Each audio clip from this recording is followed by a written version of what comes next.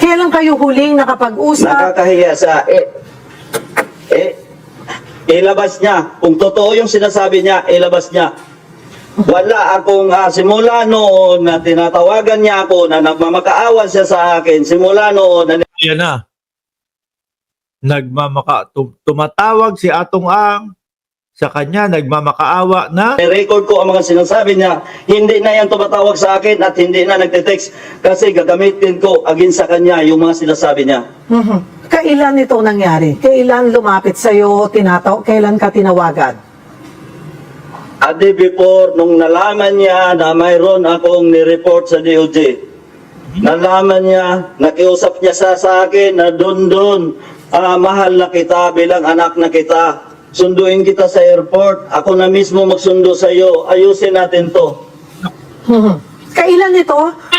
Grabe ano? Pero ang hindi ho ako makapaniwala, mga kababayan, pati yung sinabi ni etong si alias Dondon, mga bossing, pati po si Chavit. No? Pati si Chavit. Sandali lang ha. Oh, yan. Pati ho si Manong Chavit, mga gangster ho talaga. Yan niya, totoo ho. No? Talagang mga, hindi mo mga masisindak yan. Mga kababayan, tuloy. Kailan ito, Don?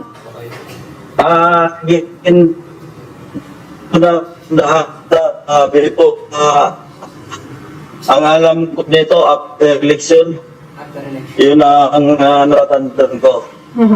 Yung sinasabi mong nakikiusap sa... Go ahead. Sabi ni Joel Q ng Cereza Force, kung may mga recorded conversation, yari si Atong Ang. Oo. Malamang yan kapag kahawak niya pa din hanggang ngayon yun. Tapos nailabas.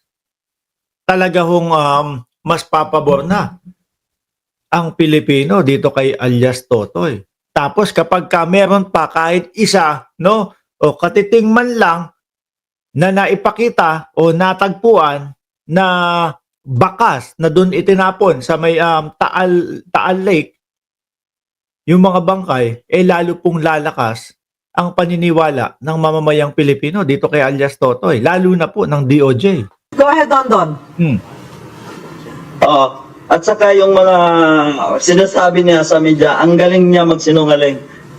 Nanghingi daw ako sa kanya para daw sa pangangarap ng asawa ko. Mr. Atong Ang, may pera na rin ako dahil sa negosyo natin. Hindi, kahit kailan, hindi na ako magmamagka sa'yo. Hindi ako magmamag-aawa sa'yo dahil ang pinaglaban ko dito, buhay ng pamilya ko, Mr. Atong Ang. Kaya kong patunayan, sinabi, pero napakawalang hiya mo, inaanak mo pa yung anak ko. Ang sabi mo pa, ubusin na yan dahil sakit sa ulo yan. Naku po! Ubusin yung pamilya? Sabi ni R.R. Walk, grabe mga revelasyon niya pag seryoso, no? Seryoso, nakaka-alarma yan. Para alam mo lang, Mr. Atong Ang, Noon hong sinasabi nyo na nilapitan ka, paanong paglapit, paanong pakiusap? Tinawagan ka ba ni Mr. Ang? Nagkita ba kayo? Nag-usap ba kayo sa telepono? Or mayroon kayong exchanges ng messages? Don. Hindi, tinawagan niya ako. Kaya ko yun ipatrace doon yung Don? ako. Alright, sorry ha. Medyo nag-freeze ka lamang. Mas madami yung revelasyon siya dito kaysa doon kay Emil Sumangil, ano? Yung interview niya doon kay Emil Sumangil. Sabi ni Jerry Arcala, Boss Mark, umiinit na ang sabungero para atang matabunan na ang impeachment. Hindi, wag kayong mag-alala, no? Tuloy-tuloy pa din ang impeachment at lagi namin kayong update tungkol dyan sa impeachment na yan. Hindi tayo papayag na mawala ang impeachment. Don? Alright, nagkaroon lamang po tayo ng problema sa ating linya ng komunikasyon. Muli nating tatawagan, susubukan tawagan si Don Patidongan. Baka humihinga lang ho mga bossing si Dondon. Alright. Ay, Don Don? Mabibigat kasi yung mga talagang binibitawan niya eh.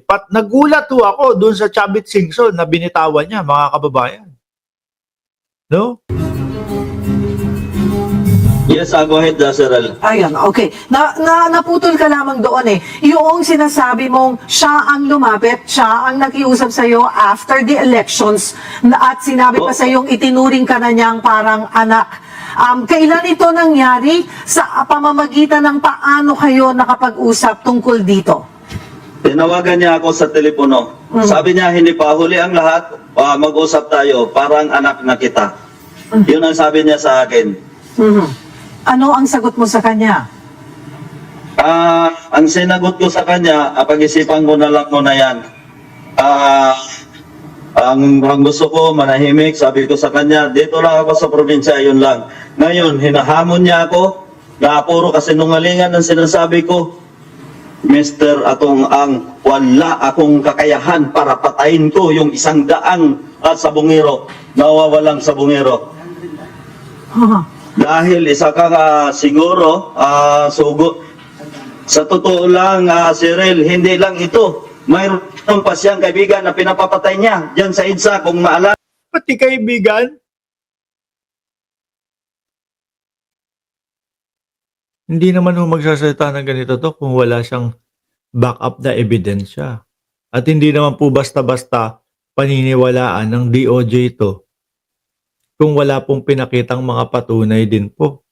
No? Alam nyo, yung si Mr. Yolo, siya ang mastermind nun. Kasabwat niya, yung kapatid niya, at yung dating CIDJ na si Eddie Boy Villanueva. Mayroon akong katibayan at ang yung gunman nakakulong doon sa Mindanao at yung driver nandyan sa kanya. Ang pangalan si Julius Gumulon. Sana wag niya patayin yan. Yun mismo ang driver ng gunman. Wait lang po sabi pala ng DOJ may kasong haharapin talaga sila Atong Ang at pati si Gretchen Barreto. Tama Mark, sobrang sigurado siya sa sinasabi niya. Kasi sa DOJ ho, mga kababayan, lalong-lalo na po yan. Hindi po sila basta-basta maniniwala, ganito, ganyan. No? Hahagilapin ang ebidensya. O paano mo mapapatunayan yung sinasabi mo? Paano mo papapatunayan? Ito, ano ang backup evidence mo dito? Hindi pwedeng laway-laway lang dito kagaya ng mga DDS. Sabi ni Gracious Grace, Yulo? Hindi naman yan yung Olympic, Hindi naman siguro yan, Para alam nyo lang. Okay. Don, balikan ko lamang. 100 sabungero na ang sinasabi mo na pinapatay. 100